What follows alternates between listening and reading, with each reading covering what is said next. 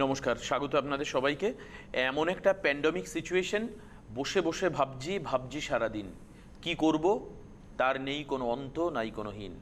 দেখুন, আমরা যদি মনকে অনেক বেশি স্যাচুরেটেড করে ফেলি, একটা গণ্ডিতে আবদ্ধ করে ফেলি, তাহলে আমরা সেখান থেকে সারভাইভ করতে পারবো না। আমার কাজ হচ্ছে আমাকে রাস্তাটা জানতে হবে, এবং কখনোই কোনোভাবেই নিজেকে ক্ষুদ্র ভাবলে চলবে না। সুকান্ত ভট্টাচার্য বলেছিলেন যে, ক্ষুদ্র আমি তুচ্ছ নই, যেন আমি ভাবি বনস্পতি। একটা বীজের মধ্যে লুপ্ত থাকা ছোট্ট গাছ বলছে। আপনিও তো তাই, আপনার সন্তানেরাও তাই। ওরা আগামী দিনে পৃথিবীর বনস্পতি হবে, পৃথিবীকে ছায়া দেবে। আসছি এডুকেশন ইস্যুতে, কারণ হচ্ছে এডুকেশন এমন একটা বিষয়, আজকে যদিও রেজাল্ট বেরোচ্ছে, কিছু দিল্লির বোর্ডের রেজাল্ট আজকে আছে। বেঙ্গল বোর্ডের কবে রেজাল্ট বেরোবে এখন আমরা জানি না, এই একাডেমিক ইয়ারটা কী হবে আমরা জানি না। তবে এটুক তো আমরা জানতে পারি, যারা অ্যাস্ট্রোলজিকে বিলিভ করি তারা এটুক তো বুঝতে পারি আজকের অনুষ্ঠান থেকে। আপনি বলবেন কি দেবাশিস, কি এমন ব্যাপার রয়েছে যেটা আমাদের বোঝা দরকার? আপনার ছকটাকে জানা দরকার, খুব পরিষ্কার কথা। ছকের মধ্যে কোন কোন গ্রহযোগে আপনার উচ্চশিক্ষা হতে পারে, কোন কোন গ্রহযোগে আপনার জন্য এমন এডুকেশন হতে পারে যেটা আপনাকে প্রফেশনালি ব্যাকআপ দেবে। আপনি এমবিএ ডিগ্রি করেছেন, এমবিএ পাস করেছেন, আপনি এমবিএ পাস করে কোনো একটা ছোট কোম্পানিতে অ্যাকাউন্টসের কাজ করছেন, এটা কি ঠিক? মানে আপনি এমবিএ অন ফিনান্স নয়, দেখা যাচ্ছে আপনি অন্য ডিপার্টমেন্টে হয়তো এমবিএ করেছেন। কাজেই আপনার অনেক সময় যেটা হয় যে শিক্ষার যোগ্য সম্মান আমরা পাই না। কেন পাই না? কোন গ্রহযোগের জন্য পাই না? হরোস্কোপ কি বলছে? হরোস্কোপ যা বলছে আমরা কি তাই করছি? আমরা জীবনে হতাশ হতাশ হতাশ হতাশ এই কথাটা বলি, আমরা জীবনে হতাশ। এই হতাশ হওয়ার জন্য কি আমার নিজের কোনো ভূমিকা নেই? কিভাবে তাকে ঠিক করব? জ্যোতিষীয় পরিভাষায় কি বলছেন পণ্ডিতজি? ভৃগশ্রী জাতক আমাদের সঙ্গে উপস্থিত রয়েছেন। পণ্ডিতজি, আপনাকে পেয়ে আমরা নমস্কার। অত্যন্ত, বলে না, মানে এমন একজন মানুষ যিনি মানুষকে আশ্বাস দিতে পারেন, ভরসা দিতে পারেন। আপনি, আমার মনে হয় যে মানুষের কাছে তাই। সেটা আমি ঠিকই বলেছেন। আমি বলবো যে কি মানে এডুকেশন বিষয়কটা নিয়েই বলবো আমি। যাই হোক, যেটা আমি প্রথমে বলবো যে কোনো জাতক জাতিকার যখনই তার এডুকেশনের স্ট্রিম বা কোন দিকে পড়াশোনার ক্ষেত্রে তার জীবনে সাফল্য আসবে, এই চিন্তা ভাবনাটা কিন্তু প্রথম থেকেই করা উচিত। সেটা হচ্ছে তার প্রাইমারি স্টেজ বা মাধ্যমিক লেভেল থেকেই করা উচিত। সেই ক্ষেত্রে তার গ্রহগত অবস্থানটা কী আছে সেটার কিন্তু উপরে নির্ভর করবে তার পড়াশোনার বা এডুকেশনে কোন দিকে সাফল্য আসতে পারে। এর আগের দিয়ে আমি কিছু আলোচনা করেছিলাম, যেটা হচ্ছে গবেষণামূলক পড়াশোনার ব্যাপারে, এবং আমি আগামী দিন আরও আলোচনা করব। বিশেষ করে যে কোনো জাতক জাতিকারা তার উচ্চশিক্ষার জন্য তাদের কিভাবে এগোতে হবে, বা কি কি গ্রহের মানে কম্বিনেশন থাকলে তারা জীবনে কোন কোন সাবজেক্টের ওপরে প্রাধান্য দিয়ে তারা জীবনে সাফল্য পেতে পারে।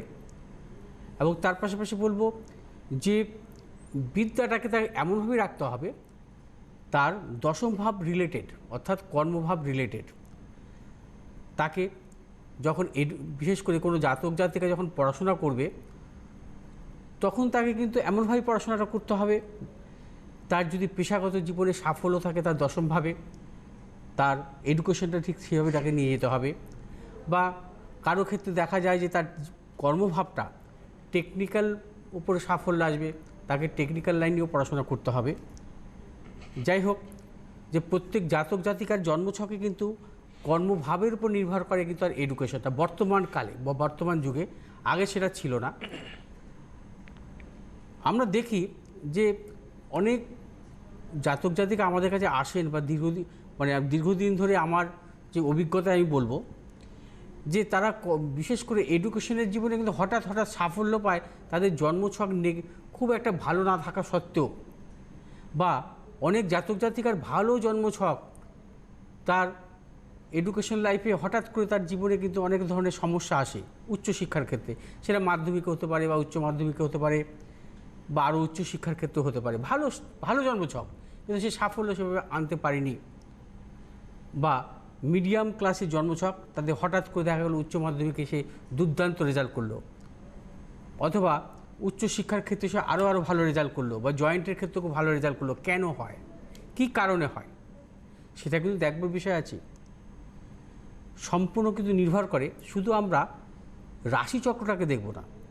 রাশিচক্রের পাশাপাশি সবসময় লক্ষ্য করতে হবে যে যে কোনো জাতক জাতিকার তার গ্রহগত ট্রানজিট বা গোচর অথবা তার মহাদশা, মহাদশাটাকে কেন প্রাধান্য দেব?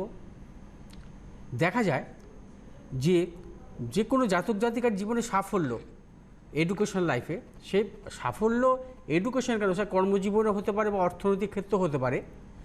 মানে বিশেষ করে আমি যখন কোনো যে আমার আলোচনাটা শুধুমাত্র এখন বিদ্যা নিয়েই, সেই জন্য আমি বিদ্যাক্ষেত্রে নিয়ে আলোচনা করব যে কোনো জাতক জাতিকার দেখা যাচ্ছে তার জন্মছকে এখন বর্তমানে শনির মহাদশা চলছে। সাপোজ এখন দেখতে হবে যে সেই জাতকের শনির অবস্থান, শনি যদি কখনো তার জন্মছকে নিজভঙ্গ রাজ্যকারী থাকে বা শনি যদি বিপরীত রাজ্যকারী হয়, তাহলে কিন্তু সাফল্য তাকে দিতেই পারে। কীরকম? ধরুন সিংহ লগ্নের কোনো জাতক, তার শনি বসে আছে কর্কটে দ্বাদশে। অনেকে বলতে পারে যে শনি দ্বাদশে আছে কর্কটে, তাহলে তো তার এডুকেশন শেষ। কিন্তু নয়, তা নয়। শনি কিন্তু তার বিপরীত রাজ্যকারী গ্রহের ভূমিকা রইল এবং শনি তাকে সাফল্য দিতেই পারে। বা আমরা দেখি অনেক ক্ষেত্রে অনেক জাতক জাতিকার জীবনে হঠাৎ চূড়ান্ত সাফল্য আসে বিদ্যাক্ষেত্রে। কীরকম সেটা? দেখুন কোনো জাতকের ধনুলগ্ন, সে ধনুলগ্নের মঙ্গল অর্থাৎ তার পঞ্চমপতি কারক গ্রহ, এই মঙ্গল বসে আছে বৃষরাশি ষষ্ঠ ঘরে, ষষ্ঠ ঘরে বসে আছে, সে তার দ্বাদশ ভাব বৃশ্চিককে দেখছে। অতএব মঙ্গল কিন্তু তার একদিকে পঞ্চমপতি কারক গ্রহ, মঙ্গল আবার তার জন্মছকে হচ্ছে বিপরীত রাজ্যকারী গ্রহ। সেই জাতক জাতিকার জীবনে কিন্তু ওই মঙ্গলের মহাদশা চূড়ান্ত সাফল্য দিতে পারে। বা অনেক ক্ষেত্রে দেখা যায় অনেক জাতক জাতিকার তুলা লগ্ন, বৃহস্পতি আছে বিশেষ করে কন্যা রাশিতে অর্থাৎ দ্বাদশে, ষষ্ঠ ভাবকে দেখছে, অর্থাৎ বৃহস্পতি তার বিপরীত রাজ্যকারী গ্রহ। এই বৃহস্পতির দশাতে ঠিক সাফল্য দিতে পারে। আবার অনেক জাতক জাতিকার বৃশ্চিক লগ্ন, শুক্র বসে আছে মেষ রাশিতে ষষ্ঠ ঘরে, দ্বাদশ ভাবকে দেখছে, সে শুক্রের মহাদশা তাকে জীবনে সাফল্য দিতে পারে এডুকেশন লাইফে। এবার আসতে হবে যে এই যে সাফল্যগুলো দেবে যে মহাদশায়, তার কোন কোন সাবজেক্ট নিয়ে পড়াশোনার ক্ষেত্রে তার জীবনে সাফল্য আসতে পারে, এটাকে কিন্তু তখনই হচ্ছে বিচার করার ব্যাপার আছে। সেটাই হচ্ছে কোনো অভিজ্ঞ জ্যোতিষী আপনাকে সেটা বিচার করে দেবে। কোনো জাতক জাতিকার দেখা যায় তার মাধ্যমিক স্তরে তার বৃহস্পতির বিপরীত রাজ্যকারী গ্রহের ভূমিকা রয়েছে। ধরুন তার তুলা লগ্ন, বৃহস্পতি তার জন্মছকে দ্বাদশভাবে অবস্থান করছে এবং মীন রাশি ঘরে অর্থাৎ সপ্তম দৃষ্টি দিচ্ছে। অতএব তার বৃহস্পতি হচ্ছে বিপরীত রাজ্যকারী গ্রহ। এই বৃহস্পতির রিলেটেড তাকে যদি পড়াশোনা করানো হয়, তার জীবনে সাফল্য আসতে পারে। তার যদি এইম হয় গবেষণামূলক পড়াশোনার ক্ষেত্রে, সে সাফল্য নিতে পারে। তার এইম যদি হয় ফিজিক্স নিয়ে পড়াশোনা করবে বা ম্যাথামেটিক্স নিয়ে পড়াশোনা করবে, তার সাফল্য আসতে পারে। তাকে যদি তো কখনও টেকনিক্যাল লাইনে পড়াশোনা করানো হয়, সে কিন্তু সাকসেস সেভাবে পাবে না। তাকে যদি কখনও আমি কমার্স লাইনে পড়াশোনা করি, তার জীবনে সাকসেস আসবে না। তাকে যদি আমি কখনও কোনো আর্টস নিয়ে পড়াশোনা করি, তার কলা বিভাগ, তার সাকসেস আসবে না। শুক্র যদি কখনো বিপরীত রাজ্যকারী গ্রহ হয়, শুক্র শুধু বিপরীত রাজ্যকারী গ্রহ নয়, যদি নিজভঙ্গ রাজ্যকারীও হয়, বা শুক্র যদি কখনো তার কেন্দ্রপতি বা ত্রিকোণপতি হয়, যদি শুভাবস্থা থাকে, সবসময় রাখতে হবে কোনো জাতক জাতিকার জন্মচকে ভাগ্যপতির দশা বা পঞ্চমপতির দশা অর্থাৎ ত্রিকোণপতির দশা বা কেন্দ্রপতির দশা আসতেই পারে যে কোনো জাতক জাতিকার জীবনে। সেই কেন্দ্রপতি বা সেই ত্রিকোণপতি গ্রহ অবশ্যই শুভ অবস্থা থাকতে হবে, তাহলে কিন্তু তার মহাদশায় ভালো ফল পাওয়া যায় না বা তার অন্তর্দশা ভালো ফল পাওয়া যায় না। যাক, যে আলোচনায় আসছিলাম, যদি কোনো জাতক জাতিকার বৃশ্চিক লগ্ন হয়, তার যদি শুক্র বিপরীত রাজ্যকারী গ্রহ হয়, তার যদি শুক্রের মহাদশা থাকে, তাহলে সেই জাতক জাতিকার জীবনে কিন্তু টেকনিক্যাল প্রযুক্তিগত বিদ্যা নিয়ে পড়াশোনা করে তার জীবনে সাফল্য আসতে পারে। আবার ঠিক শুক্র যদি কখনো তার ভাগ্যপতি কারক গ্রহ হয়, শুভ অবস্থা থাকে, বা শুক্র যদি তুঙ্গি অবস্থা থাকে, তাহলেও তার জীবনে সাফল্য আসতে পারে। আবার শুক্র যদি তার জন্মছকে বর্গোত্তম থাকে, তার টেকনিক্যাল লাইনে পড়াশোনার ক্ষেত্রে সাফল্য আসতে পারে। আবার যদি দেখা যায় কোনো জাতক জাতিকার চন্দ্র বর্গোত্তম আছে বা চন্দ্র তার কেন্দ্রপতি কারক গ্রহ আছে, শুভ অবস্থায় আছে, চন্দ্র তার জন্মছকে তুঙ্গি আছে, বা চন্দ্র তার জন্মছকে বিশেষ করে ত্রিকোণপতি আছে, শুভ অবস্থা আছে, চন্দ্রক্ষীণ অবস্থা নেই, সেই জাতক জাতিকার পড়াশোনার ক্ষেত্রে দেখা যায় যে তাদের সেই সায়েন্স নিয়ে পড়ার ক্ষেত্রে সাফল্য আসে, বিশেষ করে কেমিস্ট্রিতে তার সাফল্য আসতে পারে। অতএব প্রত্যেকটা গ্রহের উপর কিন্তু নির্ভর করবে। যদি আমাকে এই ব্যাখ্যা দিতে হয় তাহলে আমার এই বিশেষ করে আমি 1 ঘন্টার মধ্যে কিন্তু ব্যাখ্যা শেষ করতে পারবো না। অর্থাৎ প্রত্যেকটি গ্রহের উপর নির্ভর করবে তার এডুকেশান কোন দিকে সাফল্যতা জীবনে আনতে পারে। এবং তার পাশাপাশি অবশ্যই দেখতে হবে তার দশম ঘর, দশম ভাব যদি তার দশমপতি কী অবস্থায় আছে এবং দশম ঘরের অধিপতি তার জন্মছকে কী অবস্থায় আছে, এবং সেটার উপর নির্ভর করবে কিন্তু তার জীবনে আগামী জীবনের তার জীবিকাটা কিন্তু দেখতে হবে। বিদ্যার সাথে সবসময় রিলেটেড হচ্ছে জীবিকা। যে জাতক জাতিকা মেডিকেল নিয়ে পড়াশোনা করবে সে তো ভবিষ্যতে ডাক্তারই হবে, তার তো পেশাই থাকবে ডাক্তারি, সে তো আর টেকনিক্যাল লাইনে চাকরি করবে না, এটা তো বাস্তব কথা। সে কখনো টেকনিক্যাল লাইনে পড়াশোনা চাকরি করতে যাবে না। অতএব সবসময় মনে রাখতে হবে যে এডুকেশান রিলেটেড তার জীবিকা, অর্থাৎ তার দশম ঘর কী বলছে, দশম ঘরের সাথে চতুর্থ ভাব সবসময় রিলেটেড হওয়া উচিত। সেই ক্ষেত্রে জাতক জাতিকার জীবনে সাফল্য অবশ্যই আনে। সবসময় মনে রাখতে হবে যে কোনো জাতক জাতিকার যখন এডুকেশন লাইফ চলে তার যদি শুভ গ্রহ বর্গোত্তম হয়, তার যদি মহাদশা বা অন্তর্দশা চলে, তাহলে কিন্তু তার জীবনে কিন্তু এডুকেশন লাইফে কিন্তু চূড়ান্ত সাফল্য আসে। এটা আমার জীবনে দেখা, কারণ আমি আজ থেকে না 32 বছর ধরে কিন্তু অ্যাস্ট্রোলজি করছি। অতএব আমি কিন্তু কখনো মানে দেখতে দেখতে অভিজ্ঞতা সঞ্চার করেছি। অনেক জাতক জাতিকার জন্মছক, বিভিন্ন মানুষের জন্মছক দেখে দেখে কিন্তু আমি অভিজ্ঞতা সঞ্চার করেছি যে মহাদশা কখন কথা বলে। শুধু জন্ম চার্ট দেখে এই আপনার মীন রাশি, আবার সময়টা খুব ভালো, এটা কোনো অ্যাস্ট্রোলজি বিচার নয়, এটা কোনো অ্যাস্ট্রোলজি বিচার নয়। মীন রাশি জাতক জাতিকা একজন ডাক্তারেরও হতে পারে বা একজন সাধারণ ঠেলাওয়ালারও হতে পারে। অতএব মীন রাশি মানেই তার যে এখন গোচর ভালো বলেই তার জীবনে এখন খুব এই বছরটা খুব ভালো যাবে, এটা ভুল ধারণা, সবসময় ভুল কথা বলবে। জন্ম চার্ট, একটা জন্ম চার্টকে বিশ্লেষণ করতে অনেক সময় লাগে। তার পাশাপাশি জন্মছকের পাশাপাশি তার নবাংশ চার্ট, তার গ্রহের দশান্তর্দশা, তার পাশাপাশি দেখতে হয় তার বর্তমানে গোচর, অনেক কিছুর উপর নির্ভর করে কিন্তু একটা মানুষের জীবনে বর্তমান সময়টা কেমন যেতে পারে। বর্তমান সময় কখনো হঠাৎ করে এক নজরে দেখে কখনোই বলা যায় না। বর্তমান সময়ে নিরীক্ষণ করতে হয়, তার সম্পূর্ণ চার্ট না দেখে কখনো নিরীক্ষণ করা যায় না। আমি দেখছি যে তার জন্মছকে মঙ্গল জন্মছকে হচ্ছে মীন রাশিতে অবস্থান করছে সাপোজ, কিন্তু সে মঙ্গল তার কত ডিগ্রিতে আছে সেটা কিন্তু দেখা উচিত। তার ভাবচক্র কী বলছে, ভাবচক্র, আমরা রাশিচক্রের পাশাপাশি কিন্তু অনেকেই ভাবচক্রটাকে লক্ষ্য করি না। সবসময় একদম ভাবচক্রকে সবসময় প্রাধান্য দিতে হবে, কারণ মঙ্গল যেখানে আমি দেখছি যে মীন রাশিতে অবস্থান করছে, সে মঙ্গল দেখা গেল ভাব চার্টে তার অবস্থান করছে মেষ রাশিতে, তাহলে তো আমার রাশিচক্রের সাথে কখনোই মিলবে না, আমার প্রেডিকশন কখনোই মিলতে পারে না। অতএব জন্মছক বিশ্লেষণ করা কিন্তু আমরা যখন এই অনলাইনে বিশ্লেষণ করছি, এখানে কিন্তু আমরা সম্পূর্ণভাবে একটা জাতক জাতিকার জীবনে সম্পূর্ণ রেজাল্ট দেওয়া কিন্তু আমাদের পক্ষে সম্ভব নয় এই 5 মিনিটের মধ্যে। কারণ আমরা তো মানে বিশেষ করে যেটাকে আমরা সূক্ষ্ম বিচার করছি না, এটা স্থূল বিচার হচ্ছে আমাদের। অ্যাস্ট্রোলজির 2 রকম বিচার হয়, একটা সূক্ষ্ম বিচার, একটা স্থূল বিচার। যেটা আপনাদেরকে আমি অনলাইনে এখন বলবো এটা হচ্ছে স্থূল বিচার। আর সূক্ষ্ম বিচার করতে গেলে কিন্তু আমাকে অনেক কিছু দেখতে হবে, প্রত্যেকটা গ্রহের অবস্থান, প্রত্যেকটা গ্রহ ডিগ্রিগত অবস্থান, তার ভাবচক্র, এবং তার পাশাপাশি দেখতে হবে গ্রহগুলোর নক্ষত্র, কে কোন নক্ষত্র অবস্থান করছে। যাই হোক, একটা ফোন মানে আমি মাঝখানে আর ডিস্টার্ব কোনো মন্ত্রমুগ্ধের মতো মানুষ শুনছেন। এই যে গ্রহগত অবস্থানগুলো নিয়ে এত গভীরভাবে আলোচনা করা, এটা কিন্তু জ্যোতিষ সম্পর্কে 35 বছরের পড়াশুনো নয়, আমি যেটা মানে আমি জানি মার্জন 35 বছর প্র্যাকটিস নয়, প্রচুর পড়াশুনো করেন পণ্ডিতজি। এখনো পর্যন্ত বিভিন্ন পাণ্ডুলিপি নিয়ে দেখেন, বাড়িতে পড়াশোনা করেন আপনি, অবশ্যই। আমি দেখেছি পাণ্ডুলিপি দেখে, মানে সে আগেকার দিনের বই নয়, পাণ্ডুলিপি মানে যা বাঁধানো নেই, একটার পর একটা রেখে এই নিচে একটা দিয়ে আর উপরে একটা দিয়ে, এই পাণ্ডুলিপি এই খুলে খুলে নিয়ে খুব ভালো। এবং ওই জন্য দেখবেন যে যে কুষ্টির যে ওই গোল রোল কুষ্টি বলুন বা ফাইল কুষ্টি, সবটা কিন্তু হাতে লেখা, মানে এটা সবসময় একটা ট্র্যাডিশনাল অ্যাস্ট্রোলজিকে ফলো করা, আর কিছুই নয় আর কি। কে রয়েছেন ফোনে?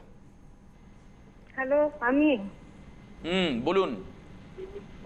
হ্যাঁ, আমি আমার ছেলের সম্বন্ধে জানবো। আপনি কোথা থেকে বলছেন? নাম ধাম আমি পরিচয়? বহরমপুর থেকে বলছি। বহরমপুর থেকে। ছেলের নাম কি? ছেলের নাম সৌরভ ব্যানার্জি। সৌরভ ব্যানার্জি। কেমন লাগছে অনুষ্ঠান দেখতে? খুব ভালো লাগছে। আমি দাদার জন্য অনেকদিন থেকে ট্রাই করছি, হচ্ছিল না, আজকে ধরে গেল, ভাগ্য খুব ভালো।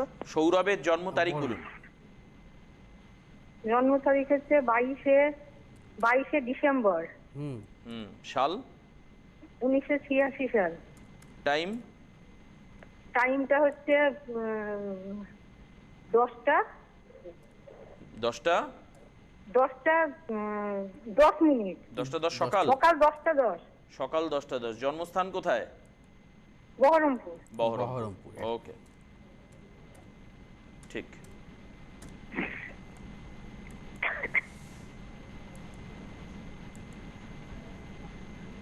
আচ্ছা, ওর জন্মবার সোমবার তো? সোমবার, হ্যাঁ। কুম্ভ লগ্ন, সিংহ রাশি, মঘা নক্ষত্র, দেবাড়িগণ, জানতেন? হ্যাঁ হ্যাঁ, আচ্ছা। ঠিক আছে। ঠিক আছে, আমি একটু আসছি ওর জন্ম ছকে, ঠিক আছে? আচ্ছা, সিংহ রাশি, কুম্ভ লগ্ন, লগ্নে মঙ্গল বৃহস্পতি।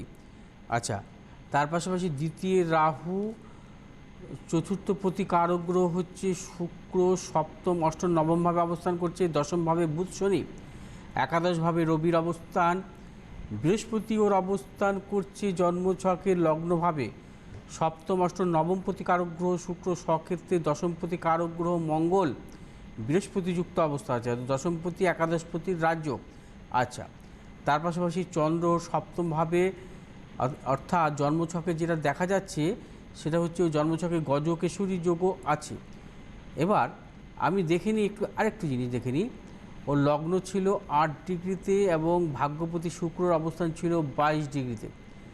আচ্ছা, জন্মকালীন কোনো গ্রহই বক্রী অবস্থায় ছিল না। এবার মহাদশা একটু দেখে নিচ্ছি। বর্তমানে মহাদশা চলছে হচ্ছে চন্দ্রের মহাদশা। চন্দ্র ষষ্ঠপতি কারক গ্রহ সপ্তমভাবে, ওর এখন মহাদশা চলছে চন্দ্রের মহাদশা, ষষ্ঠপতি কারক গ্রহ সপ্তমভাবে অবস্থান করছে। চন্দ্র হচ্ছে ও নবাংশে স্বক্ষেত্রী অবস্থান করছে। আর বর্তমানে অন্তর্দশা চলছে ওর, বুধের অন্তর্দশা রানিং ওর এখন বর্তমানে। যাই হোক, ওর জন্মছক অনুযায়ী শুনুন। হ্যাঁ, বলুন। শুনতে পাচ্ছেন? ওর জন্মছক অনুযায়ী বিশেষ করে এখন বর্তমানে এই চন্দ্রের মহাদশা 2014 সাল থেকে 2024 সাল, এই চন্দ্র হচ্ছে ওর জন্মছকের সপ্তমভাবে অবস্থান করছে রাহু কেতুর বন্দি অবস্থায় আছে কিন্তু চন্দ্র। এবং তার পাশাপাশি এই চন্দ্র পাপগ্রহ মধ্যগত অবস্থায় আছে এবং চন্দ্রের মহাদশা 2024 সাল পর্যন্ত কিন্তু ওকে ভালো দেবে না। ওর কর্মজীবনের দিক থেকে নানাবিধ সমস্যা আসবে, জীবনের সাফল্যের ক্ষেত্রে নানাবিধ সমস্যা জটিলতা আসবে। এই সময়টা ওর মানসিক হতাশা, অবসাদ এবং নানা দিক থেকে বিড়ম্বনা, পারিবারিক দিক থেকে সমস্যা, এগুলো কিন্তু চলবে এই সময়। এই চন্দ্রের মহাদশায় মায়ের শারীরিক সমস্যা 2024 সাল পর্যন্ত। চন্দ্রের মহাদশা কিন্তু ওর জীবনে সেভাবে সাফল্য নেই। চন্দ্রের মহাদশার পর মঙ্গলের মহাদশা থেকে ওর জীবনে সাফল্য। দশমপতি কারক গ্রহ মঙ্গল ওর অবস্থান করছে বৃহস্পতি যুক্ত অবস্থায়। আমি সবসময় বলি জন্ম চার্ট ভালো থাকতে পারে, এই ছেলেটির জন্ম চার্টের মানে বিশেষ করে কর্মভাব খুব খারাপ ছিল না, কিন্তু সেভাবেও সাফল্য আসছে না। চন্দ্রের মহাদশা ওকে ভালো সাফল্য দেবে না। 2024 সাল পর্যন্ত কিন্তু নানাবিধ অবস্ট্রাকশন থাকবে, বাধা বিড়ম্বনা থাকবে ওর জীবনে। এবার আপনি বলুন। এই যে কথাগুলো বললেন, এগুলো আপনার ছেলের জীবনের সঙ্গে কতটা মিলছে দিদি? হ্যাঁ হ্যাঁ দাদা, আমার অনেকটা সবটাই মিলে গেছে, সবটাই মিলেছে, হ্যাঁ। কিন্তু ওর চাকরিটাও ঠিক মতো হচ্ছে না, আর বিয়েটা নিয়েও খুব প্রবলেমের মধ্যে আছে। বিয়েটা প্রবলেম চাকরিটা ঠিক মতো মানে চাকরি বোনের করে- মধ্যে তো চাকরি ঠিক পাচ্ছে না ও। চাকরি পাচ্ছে না মানে এখন যেটা করছে সেটা কি ছোট চাকরি করছে কি কিছু এমনি একটা ছোটখাটো, খুব একটা ভালো নয়। করছে? তাহলে ছোট চাকরি করলে কি করে এখনো ভালো বিয়ে হবে বা কি করে পরবর্তীতে সংসার চলবে এগুলো তো ভাবতে হবে। হ্যাঁ, আগে চাকরির জায়গাটা আমার মনে হয় ঠিক করা উচিত, তারপরে ওর বিবাহিত জীবনে যাওয়াটা উচিত। দিদিভাই আপনি একটা কাজ করুন, পণ্ডিতজির কথা বা ওনার প্রেডিকশন যদি আপনার বিশ্বাসযোগ্য ভালো লাগার জায়গায় থেকে থাকে আপনি অনলাইনে যোগাযোগ করুন। এখন তো এই সময়ে আপনি জানেন যে চেম্বার হচ্ছে না, আপনি অনলাইন যোগাযোগ করুন। দেখুন এখানে বুকিং নাম্বার বলে কতগুলো নাম্বার আছে, 8583013265 দেখতে পাচ্ছেন, 9836719080, তারপরে দেখুন 9836646559। এই যে নাম্বারগুলোতে আপনি যোগাযোগ করুন, অনলাইন একটা প্রেডিকশন করুন, বাই পোস্ট আপনি বাড়িতে বসে রেমেডি পাবেন, রেমেডিটা ইমিডিয়েট ধারণ করান, দেখবেন যে আগামী সময়ে ওর অবস্থাটা পরিবর্তন হবে। কারণ এখন যদি চাকরির স্টেবিলিটি না আসে, ওর এজ কত, 86-এ জন্ম, হ্যাঁ 34 বছর। তাহলে 34 বছর বয়স হলো। স্টেবিলিটি আসার পরেও তো অন্তত 4-5 বছর লাগে তাকে বিয়ের জন্য প্রিপারেশন নেওয়া, গোছানো ইত্যাদি সেটাই, ইত্যাদি, তাই না? এই টোটাল মহাদশাটাই ওর পক্ষে ভালো রেজাল্ট দিচ্ছে না ওকে, মানে এই মহাদশা ওর পক্ষে অনুকূল নয়। তবে আমি একটা কথা আপনাকে বলবো যে আগামী 22 সালের জানুয়ারি থেকে ওর যে শুক্রের যে অন্তর্দশাটা আসবে, শুক্র যেহেতু ভাগ্যপতি কারক গ্রহ স্বক্ষেত্রে অবস্থান করছে, এই শুক্রের অন্তর্দশা কিন্তু ওকে কিছু সাফল্য দিতে পারে। দেখুন এখানে একটা কথা আছে যে ওর ভাগ্যপতি কারক গ্রহ শুক্র ও স্বক্ষেত্রে থাকা সত্ত্বেও ও কিন্তু ওর জীবনে কেন এত ভাগ্য বিড়ম্বনা, এটা কিন্তু একটা প্রশ্ন আসতে পারে। প্রশ্ন তো। ভাগ্যপতি কারক গ্রহ শুক্র যেহেতু ওর ভাগ্যস্থানে স্বক্ষেত্রে অবস্থান করছে ঠিকই, কিন্তু এই ভাগ্যপতি কারক গ্রহ শুক্র পাপগ্রহ মধ্যগত অবস্থায় আছে, একদিকে কেতু একদিকে শনি। যে কোনো শুভগ্রহ সে ভাগ্যপতি হতে পারে বা কর্মপতি হতে পারে বা চতুর্থপতি হতে পারে, পঞ্চমপতি হতে পারে, তার কখনো পাপগ্রহ মধ্যগত থাকা ভালো নয়। এটা কিন্তু আপনি বলেছিলেন কয়েকদিন আগের অনুষ্ঠানে, এটা আলোচনা ভাগ্যপতি হয়েছিল। কারক গ্রহ যদি কোনো জাতক জাতিকার যদি পাপগ্রহ মধ্যগত থাকে, ভাগ্যপতি কারক গ্রহ কোনো জাতক জাতিকার যদি দুস্থানগত থাকে, ভাগ্যপতি কারক গ্রহ কোনো জাতক জাতিকার জীবনে যদি দেখা যায় যে একাধিক পাপগ্রহ যুক্ত থাকে, সেই ভাগ্যপতি যদি কারক গ্রহ যদি নিচস্থ পাপগ্রহ যুক্ত থাকে, সেই জাতক জাতিকার কখনো ভাগ্য দিক থেকে সাফল্য আসে না, সারাটা জীবনই ভাগ্য বিড়ম্বনা থাকে। ঠিক। অতএব ওর জন্মছক অনুযায়ী কিন্তু ভাগ্য বিড়ম্বনা যোগ, আগে এই জায়গাগুলোকেও ঠিক করতে হবে। কোনো জাতক জাতিকার জীবনে যদি ভাগ্য বিড়ম্বনা যোগ থাকে, তার জীবনে কখনো সাফল্য আসতে পারে না। আবার এর জন্মছকে কিন্তু চতুর্থপতিও শুক্র, অর্থাৎ বিদ্যার অধিপতি কারক গ্রহ, যে বিদ্যা নিয়ে আমি আলোচনা করছিলাম। অর্থাৎ এর কিন্তু বেশি দূর এডুকেশনও হয়নি, উনি তো নেই বোধ হয় না, এডুকেশনে কিন্তু হয়নি। কারণ আছেন কি আপনি? না, কেটে গেছে। আচ্ছা, এর দেখুন জন্মছকে চতুর্থপতি কারক গ্রহ হচ্ছে শুক্র, এই শুক্র হচ্ছে পাপগ্রহ মধ্যগত। আবার পঞ্চমপতি কারক গ্রহ হচ্ছে বুধ, এই বুধ আবার শনিযুক্ত, বুধ শনিযুক্ত থাকা কখনো শুভ নয়। বুধ শনিযুক্ত, বুধ শনিদৃষ্ট সবসময় অশুভ। সে জাতক জাতিকার বুদ্ধি নাশ ঘটায়, সে জাতক জাতিকার জীবন ভরি সে তার অস্থিরতা থাকে মানসিক। এক ধরনের আমরা বলি যে যাকে বলা হয় যে কোনো জাতক জাতিকার যে হঠাৎ করে তার নার্ভের সমস্যা, স্নায়বিক সমস্যা, অধিকাংশ ক্ষেত্রে দেখা যায় যে শনি বুধের সংযোগে হয় সেটা। একদম। যাই হোক, এর চতুর্থ ভাব পঞ্চম ভাব ভাগ্যভাব কোনো দিক থেকে ভালো নয়, তার পাশাপাশি মহাদশাও শুভ নয়। অতএব এই মহাদশা চলাকালীন এই সাফল্য কোনো মতেই আসতে পারে না। তবে অবশ্যই 2022 সালের জানুয়ারি থেকে পণ্ডিতজি বলছেন সঠিক সময় আসবে, আপনি অবশ্যই যোগাযোগ করে এই সম্পর্কে আরো ব্রিফ ডিসকাশন আপনি নিয়ে নিন। আজকে এই পর্যন্তই, আবারও পরবর্তী অনুষ্ঠানে দেখা হবে। অনেক অনেক ধন্যবাদ পণ্ডিতজিকে, নমস্কার আপনাদের সবাইকে।